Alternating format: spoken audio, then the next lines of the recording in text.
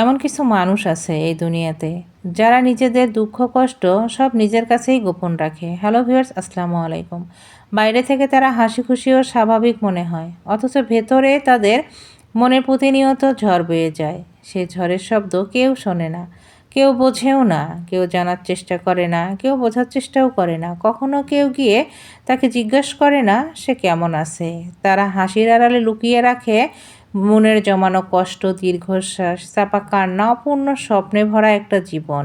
কাউকে বুঝতে দেয় না তাদের ভিতরের কষ্টগুলো, কারণ মানুষকে কষ্টের কথা বললে শুনে শুধু উপহাস করে, কেউ বোঝার চেষ্টা করে না। এই মানুষগুলো নীরবে কাঁদে, একাকিত্বকে সঙ্গী করে রাত পার করে, আকাশের দিকে তাকিয়ে নিজের জীবনের সমস্ত দুঃখ কষ্ট উড়িয়ে দেয়, অভিযোগ করে নিজের প্রতি। কাউকে নিজের কষ্টের কথা বলতে তাদের ভয় হয়, কারণ তারা জানে সবাই কষ্টের কথা শোনে, মন দিয়ে শোনে এবং পরে সে কথাগুলো নিয়েই তাকে কটূক্তি করে, খোঁচা মারে।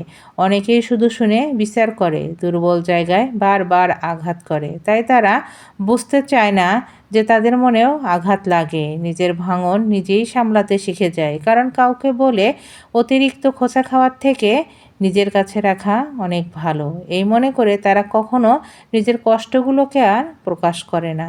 চাপা কষ্টের সবচেয়ে বড় যন্ত্রণা হলো তারা ধীরে ধীরে মানুষের ভেতর থেকে নিঃশব্দে বেরিয়ে যায়। প্রতিদিন নিজেকে শক্ত রাখার অভিনয় করতে করতে তারা ক্লান্ত হয়ে পড়ে, তবু থামে না, কারণ এই সমাজ তাদের শিখিয়েছে কষ্ট দেখানো মানে দুর্বলতা, আর দুর্বল হওয়ার সুযোগ তাদের নেই। দুর্বল মানুষকে সবাই ব্যবহার করে, তাদেরকে কটূক্তি করে, তাদেরকে বোঝায় যে সে কিছুই করতে পারবে না। তাদের দুর্বলতাকে আরও কঠিনভাবে আঘাত করে। যেটুকু ভেঙে গেছে তারা তাদেরকে গুঁড়িয়ে দেওয়ার জন্যই যথেষ্ট তাদের কটূক্তি। তাই তারা নিজেকে সমাজ থেকে, পরিবার থেকে, আপনজনদের কাছ থেকে আড়াল করে রাখে। এই চাপা কষ্ট নিয়েই তারা বেঁচে থাকে, জীবন চালিয়ে নেয়। হয়তো একদিন কেউ তাদের নীরবতা বুঝবে, কেউ অনুভব করবে হাসির আড়ালে থাকা ব্যথাগুলো।